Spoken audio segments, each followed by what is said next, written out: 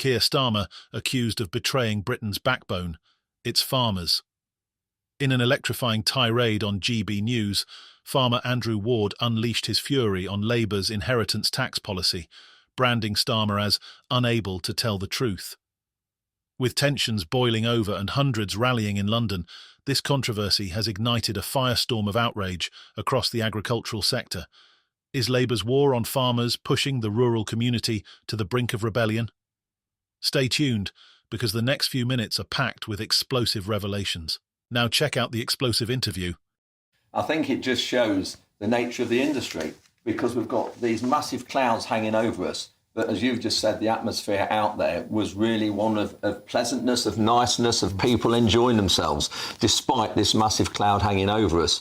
And there's no denying that this is only the start. We are playing nicely at the moment in the playground in those terms, and we will just keep going. But at the moment, we've got Christmas coming up. We've got the public on side massively at the moment. We don't want to disrupt that. But after Christmas, if the government don't listen and start talking to us, then it will be stepped up. But the government's saying that they're already listening to you. Today, they've made an announcement that they're injecting 343 million quid into the rural economy in the first week of December. More than 31,000 farmers they claim will benefit, and that's a boost of 5 billion quid to the farming budget. What are you moaning about? It's all very well them saying what they give us. They're not telling us what they're taking away. And next year, they're removing 78% of the D-Link payments that were due to come to us. And that is a huge amount of money that ultimately goes into the countryside, that when you start to look at wildlife, nature and those sorts of things that we have to do and we want to do to protect at the same time as producing food, the first things we start to pull back on are those sort of things rather than growing the crops. And indirectly, they are affecting the countryside and wildlife and its very existence. The fury was palpable as Andrew Ward, a respected voice in Britain's agricultural community, did not hold back on his criticism of Labour's policies.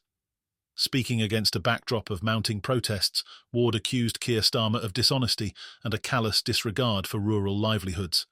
His words resonated far beyond the protest in London, echoing the frustrations of farmers who feel abandoned by a political class increasingly disconnected from their struggles. "Every time I see Keir Starmer, it grates my gears," Ward vented. "He just cannot tell the truth." The heart of the controversy lies in Labour's proposed changes to inheritance tax, which farmers argue would devastate family-run farms. Ward's passionate plea painted a grim picture of an industry struggling to survive in the face of rising costs, unpredictable weather, and now government policies that threaten their very existence. Ward pointed to the glaring disparities in earnings between farmers and other professions that have received Labour's attention, such as train drivers who recently secured significant pay rises. A train driver sits on his backside to earn £70,000 a year. Most farmers would be absolutely delighted to see that kind of money, Ward scoffed, his frustration palpable. For farmers, the inheritance tax raid feels like the final straw. The protest in London was just one of many, as rural communities across the country are beginning to organise. Splinter groups have sprung up from York to the southern countryside, all sharing the same goal: to protect family farms from policies that could force them to sell land passed down through generations. "We're not asking for the moon," Ward explained. "We want a compromise, a halfway house that protects true family farms." But Labour's response has only added fuel to the fire. During Prime Minister's questions, Starmer dismissed the controversy as Tory fear-mongering, asserting that the inheritance tax threshold of £3 million would exempt most farmers. For Ward and others, this is yet another example of Starmer's slippery rhetoric.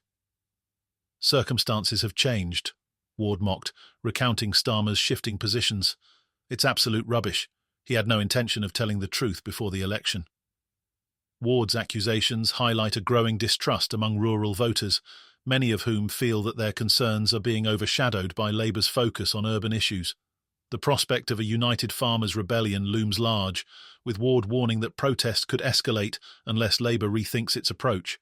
Meanwhile, Nigel Farage has entered the fray, shifting the spotlight onto another contentious issue: Labour's £22 billion investment in carbon capture technology. Farage, never one to shy away from controversy, blasted the project as an ideological gamble with taxpayers' money. Speaking on GB News, he questioned the wisdom of pouring billions into a technology that has yet to prove effective on a large scale.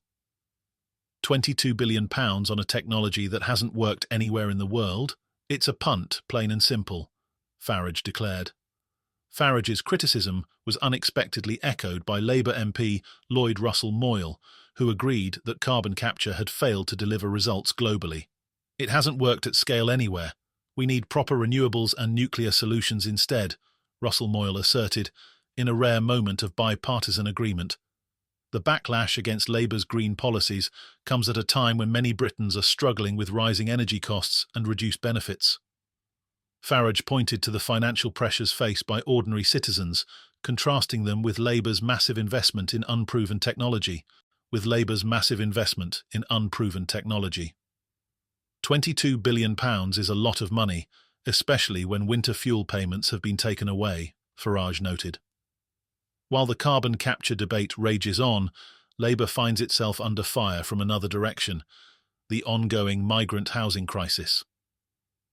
Reports have surfaced that the Home Office is exploring the use of disused care homes and student flats to accommodate asylum seekers. This move is seen as a desperate attempt to cut costs after the disastrous use of military bases and hotels, which have drained millions from public coffers. Critics argue that these new accommodations are ill-suited for housing migrants, many of whom have endured significant trauma. Tory MPs James Cleverly and Priti Patel have accused Labour of failing to manage the asylum crisis effectively, pointing to the inadequacies of sites like RAF Wethersfield. Labour's inability to stop the boats has led to this, Cleverly seethed, highlighting the strain on local infrastructure.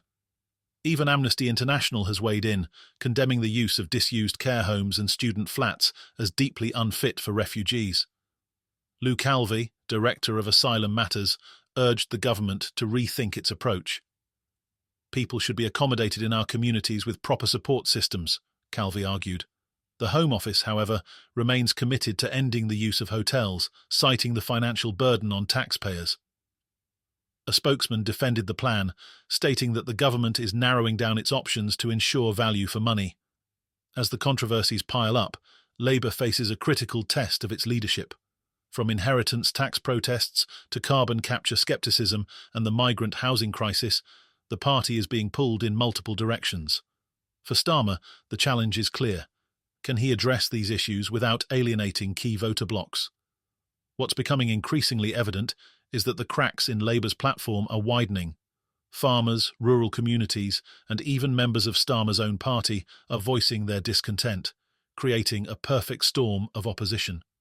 Whether Labour can weather this storm remains to be seen, but one thing is certain: the road ahead will not be easy.